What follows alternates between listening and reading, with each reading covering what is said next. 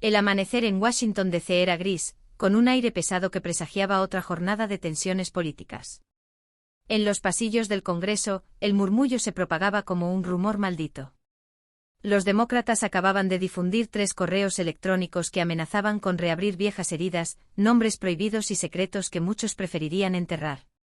El remitente de aquellos mensajes era el difunto magnate Richard Ellison, un hombre cuyo nombre evocaba lujo, poder y perversiones inconfesables. Durante años había mantenido una red de influencias y favores entre los más poderosos del país. Su muerte en una celda federal, oficialmente un suicidio, no logró sepultar las sombras de sus actos. Ahora, con la publicación de sus correos personales, esas sombras regresaban para perseguir a los vivos. El primero de los mensajes, fechado en 2011, estaba dirigido a su inseparable colaboradora, Grace Maxwell, una mujer elegante educada en los círculos más altos de Londres, hoy recluida en una prisión de mínima seguridad cumpliendo una condena de 20 años por complicidad en los crímenes del millonario. En el correo, Ellison escribía con tono casi burlón: «Quiero que recuerdes que el perro que no ha ladrado todavía es Turner». Se refería a Daniel Turner, el entonces magnate inmobiliario que años más tarde ocuparía la Casa Blanca. Ellison mencionaba además que Turner pasó horas en su mansión privada con una joven, cuyo nombre fue censurado por el Congreso. Esa frase, apenas unas palabras perdidas en un correo de hace más de una década, bastó para incendiar el país. Los medios estallaron. Las cadenas más importantes interrumpieron su programación habitual. El perro que no ha ladrado se convirtió en titular, en metáfora, en arma política. Nadie podía ignorar la insinuación. Y aunque no existía prueba alguna de un delito, el solo hecho de aparecer en la correspondencia del hombre más infame del país ya era suficiente para manchar a cualquiera, incluso a un presidente. El segundo correo, fechado en 2019, era aún más inquietante. Ellison lo había enviado a su viejo conocido, el periodista Michael Wolfson, un escritor que durante años había sido un crítico feroz de Turner. En ese mensaje, redactado meses antes de su misteriosa muerte, Ellison insinuaba que el presidente estaba al tanto de sus crímenes. Por supuesto que lo sabía, escribió. Le pidió a Grace que dejara de hacerlo. No había contexto, no había pruebas, solo esa frase que podía interpretarse de 1000 formas. Pero en un país dividido, esas palabras bastaban para desatar un huracán. El tercer correo era el más antiguo, fechado en 2015, en plena campaña presidencial. En él, Wolfson advertía a Ellison que en un próximo debate de las primarias republicanas planeaban preguntarle al candidato Turner sobre su relación con el magnate. Ellison respondió con frialdad calculada. «Si tuviéramos que prepararle una respuesta, ¿cuál crees que debería ser?» A lo que Wolfson replicó: «No hagas nada. Déjalo hablar. Si niega que te conoció o que subió a tus aviones, eso te dará una moneda política. Guárdala». Una moneda política. Así lo llamaron. En el lenguaje del poder, una amenaza velada es una promesa de control. Los demócratas presentaron estos correos al público mientras el país seguía paralizado por el cierre más largo del gobierno en la historia de Estados Unidos. Era una maniobra precisa, casi quirúrgica, lanzar una bomba mediática justo cuando la nación esperaba un respiro. Del otro lado, la Casa Blanca reaccionó con la furia de un animal acorralado. Caroline Lewis, la portavoz de Turner, ofreció una conferencia de prensa inmediata. Dijo que la mujer mencionada en los correos era Virginia Gifford, una de las víctimas más conocidas de Ellison. Su nombre resonaba como un símbolo de los abusos del magnate. Lewis insistió en que Turner no tenía nada que ver con los crímenes, que incluso había expulsado a Ellison de su club privado décadas atrás por acosar a una de sus empleadas. «Estas historias son mentiras malintencionadas», declaró con voz firme, una distracción de los logros históricos del presidente Turner. Pese a su esfuerzo por controlar la narrativa, la marea ya era imparable. Las redes sociales se llenaron de teorías, documentos filtrados, fotografías antiguas y fragmentos de vídeos tomados en fiestas de lujo que muchos ahora observaban con mirada distinta. Los nombres reales se mezclaban con los rumores hasta volverse indistinguibles. Mientras tanto, los republicanos respondieron a su manera. El Comité de Supervisión de la Cámara, liderado por James Comer, publicó 23.000 documentos relacionados con la familia Ellison, intentando equilibrar la balanza. «Si quieren transparencia, aquí la tienen», escribió el comité en su cuenta oficial. Pero entre ese océano de papeles, el público solo buscaba un nombre, Turner. Y lo encontraron. En uno de los correos el magnate lo describía como un hombre al borde de la locura. No era prueba de nada, pero el daño estaba hecho. Los noticieros dedicaron horas a discutir qué significaban esas palabras. Cada frase, cada punto y cada coma de Ellison eran diseccionados con precisión quirúrgica. La sombra de los delitos del magnate seguía viva, incluso más allá de la muerte. Su red de poder y silencio había sido tan extensa que muchos creían que su caída arrastraría consigo a medio país. Su muerte en prisión, oficialmente un suicidio, siempre había dejado más preguntas que respuestas. Las cámaras apagadas, los guardias dormidos, los informes contradictorios, todo alimentaba la sospecha de que alguien, en algún lugar, había querido callarlo. Y ahora, años después, su voz regresaba en forma de correos electrónicos. Entre los documentos filtrados también apareció un dato inquietante: Grace Maxwell, su socia y cómplice, estaba maniobrando desde prisión para obtener un indulto presidencial. Algunos rumores señalaban que había enviado mensajes privados a figuras cercanas a Turner, prometiendo silencio a cambio de clemencia. Un confidente anónimo declaró ante el Congreso que Maxwell vivía en la cárcel, como si estuviera en un hotel, con privilegios que pocos presos podían soñar. Mientras tanto, el FBI y el Departamento de Justicia emitían un comunicado conjunto: no habría más publicaciones sobre el caso Ellison. No saldrían nuevas listas ni documentos. La lista Ellison, esa supuesta relación de nombres de millonarios y políticos implicados en la red de tráfico sexual, seguiría siendo un misterio. Pero el silencio oficial solo avivó el fuego. Las teorías conspirativas florecieron en cada rincón de Internet. Había quienes decían que la lista existía y que no se publicaba para proteger a poderosos, otros aseguraban que todo era una cortina de humo. El representante Robert García, demócrata de California, habló ante las cámaras con rostro grave: estos correos plantean preguntas sobre qué más está ocultando la Casa Blanca y cuál fue realmente la relación entre Ellison y el presidente. Fuera del Capitolio, los manifestantes se agolpaban con pancartas exigiendo la verdad. Algunos pedían justicia para las víctimas, otros reclamaban la destitución de Turner. Las calles olían a rabia y a miedo. Esa mañana, mientras el Congreso se preparaba para votar la reapertura del gobierno, un susurro recorría los pasillos del poder: cuando la Cámara retomara su actividad, quizá la verdad sobre Ellison y Turner finalmente saldría a la luz. Pero en Washington, la verdad es un lujo que pocos pueden permitirse. El eco de los correos de Richard Ellison se extendía como una onda expansiva por los pasillos del poder. La tensión se podía sentir en el aire: periodistas acampados frente a la Casa Blanca, cámaras encendidas las 24 horas, senadores evitando declaraciones, asesores caminando a paso acelerado con el teléfono pegado al oído. En Washington, todos sabían que algo grande estaba a punto de romperse. En la oficina oval, Daniel Turner permanecía de pie junto a la ventana, mirando sin ver el jardín cubierto de escarcha. Había pasado toda la noche en vela, revisando informes, llamadas, borradores de discursos. Pero nada de eso lograba calmar el zumbido constante que le martillaba la cabeza: su nombre, mencionado una y otra vez junto al de Ellison, el hombre que encarnaba lo peor de la élite estadounidense. No deberíamos haber permitido que salieran esos correos, dijo Turner con voz ronca. Su jefe de gabinete, un hombre delgado y de rostro afilado, apenas levantó la vista del dossier que tenía entre las manos. No teníamos cómo detenerlo, señor. Los demócratas usaron una orden judicial. Todo fue legal. Turner apretó los puños. Legal no significa justo. La portavoz Caroline Lewis entró en ese momento con un manojo de papeles y un teléfono vibrando en su bolsillo. Señor presidente, dijo, los noticieros están explotando. El canal estatal habla de encubrimiento y la oposición exige una investigación especial. Dicen que usted debería declarar ante el comité de supervisión. Turner giró bruscamente. ¿Declarar? Por un correo de un muerto. Lewis lo miró con calma profesional. Por 3 correos, señor. Y uno de ellos sugiere que usted sabía sobre las chicas. El silencio cayó en la habitación. El único sonido era el tic-tac de un reloj antiguo. Turner inspiró hondo y se dejó caer en su sillón. Sabía que negar no bastaría. Había fotos, vídeos, rumores. Nada concluyente pero suficientes para alimentar a sus enemigos. En política, la sospecha es más letal que la culpa.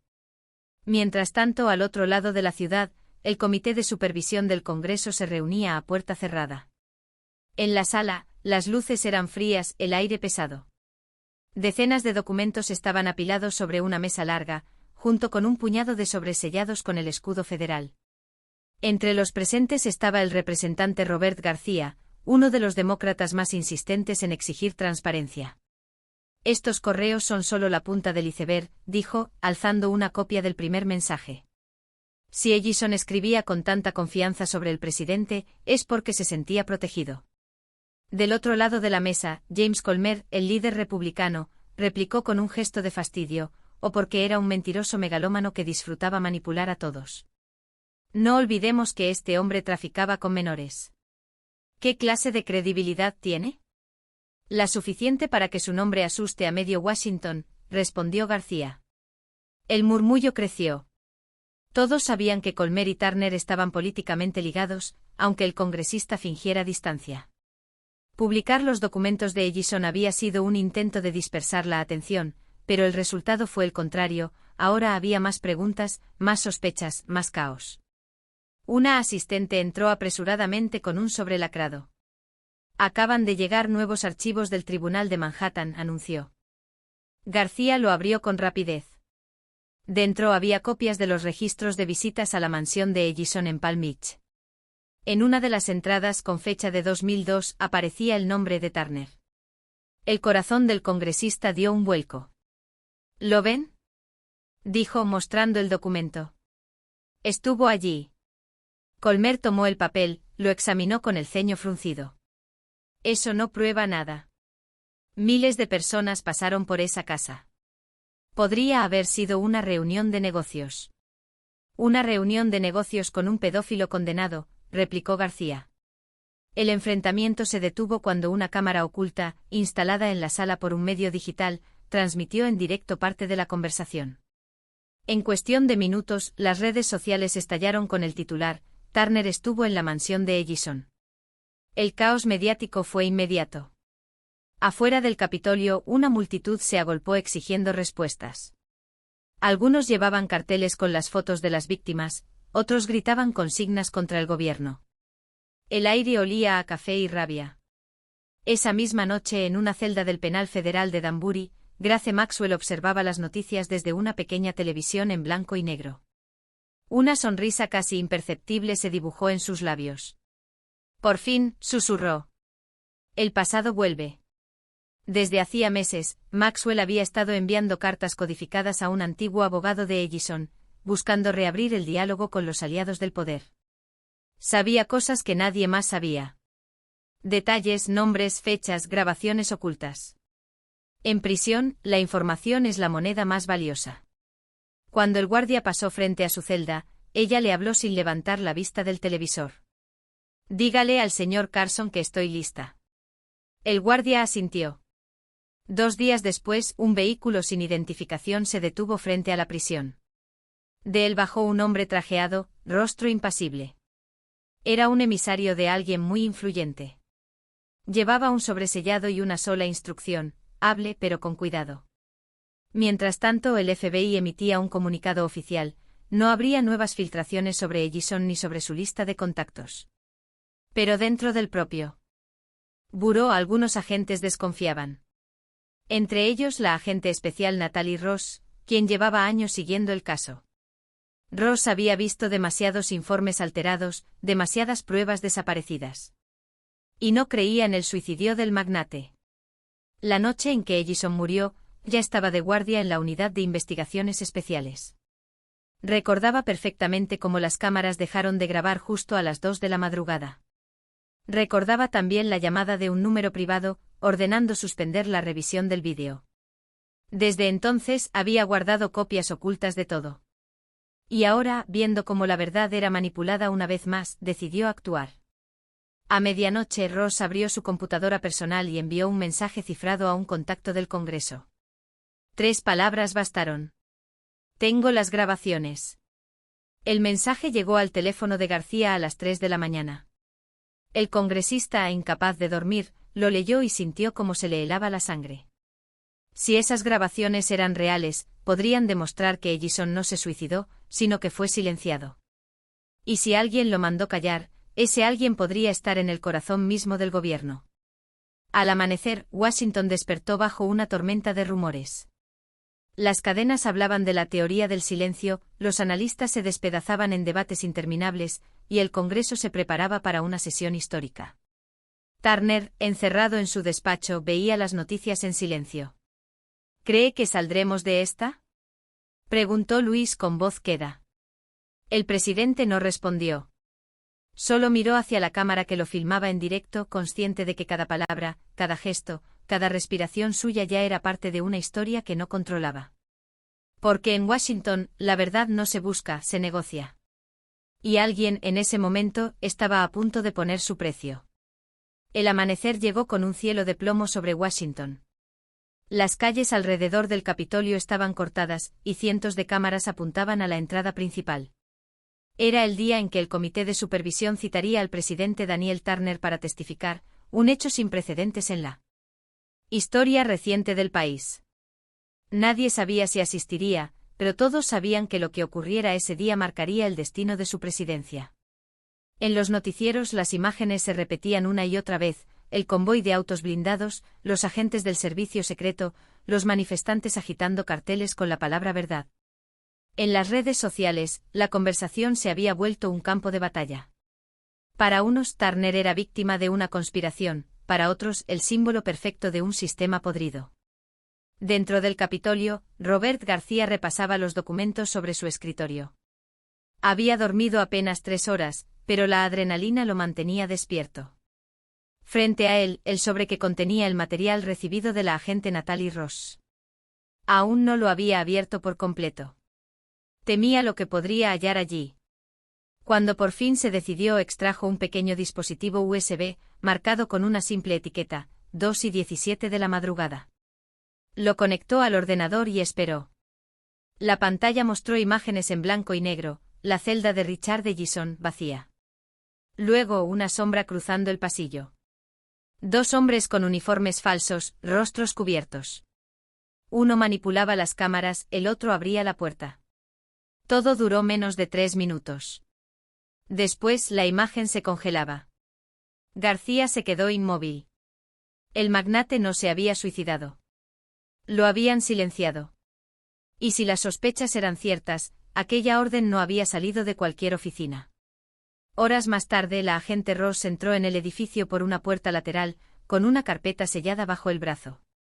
Fue recibida en una sala sin ventanas. ¿Está segura de esto?, le preguntó García. Más de lo que quisiera, respondió ella. Esas grabaciones fueron eliminadas del servidor principal a las 4 de la mañana, por una orden que vino de la Casa Blanca. El silencio fue absoluto. Nadie se atrevió a decir el nombre. A media mañana, el presidente Turner apareció finalmente en el Capitolio. Vestía un traje oscuro, corbata roja, el rostro tenso pero sereno. Los flashes lo cegaban, los periodistas lo rodeaban como un enjambre. ¿Sabía usted de los delitos de Ellison? ¿Qué relación tenía con Grace Maxwell? ¿Va a renunciar, señor presidente? Turner no respondió. Avanzó en silencio, custodiado por agentes. En el interior, lo esperaba la sala del comité, techos altos, micrófonos encendidos, un murmullo expectante. Tomó asiento frente a los congresistas, mientras las cámaras transmitían en directo a millones de hogares. García fue el primero en hablar. Señor presidente, comenzó con voz firme, ¿puede explicar su relación con el señor Ellison? Turner respiró hondo. Fui su conocido hace muchos años. Asistí a algunos de sus eventos, como muchos otros empresarios. Cuando supe de sus crímenes, corté toda relación. Eso es todo. ¿Y los correos en los que se le menciona? ¿Son falsos, o están manipulados? Nunca hablé con él después de 2004. La sala murmuró. García lo miró fijo. Entonces, ¿puede explicar por qué existe un registro de su visita a su mansión en 2002, y por qué Ellison escribió en 2011 que usted pasó horas con una de sus víctimas? Turner apretó la mandíbula. No tengo nada que ocultar. Fui invitado a una cena benéfica. Nada más. Los flashes estallaron. Las cámaras giraron hacia el público.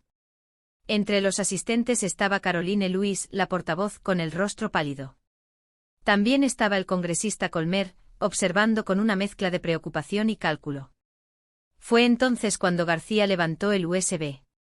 Tenemos nuevas pruebas, anunció.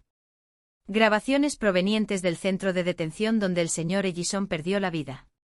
El murmullo se volvió un rugido. Turner lo miró con una mezcla de sorpresa y temor. ¿Qué tiene que ver eso conmigo? García no respondió. Hizo una señal al técnico. En la pantalla principal, las imágenes comenzaron a reproducirse, los dos hombres entrando en la celda, el corte de cámara, el reloj marcando las 2:17. El silencio era tan denso que se podía escuchar el zumbido de los micrófonos. Cuando el vídeo terminó, García se inclinó hacia el micrófono. La orden para borrar estas grabaciones salió del sistema interno de la Casa Blanca. Queremos saber quién la dio. Turner permaneció inmóvil. Por un instante pareció más viejo, más frágil. No tengo conocimiento de eso, dijo finalmente. Yo no di esa orden. ¿Entonces quién lo hizo, señor presidente? No hubo respuesta. Esa noche la nación entera debatía frente a las pantallas.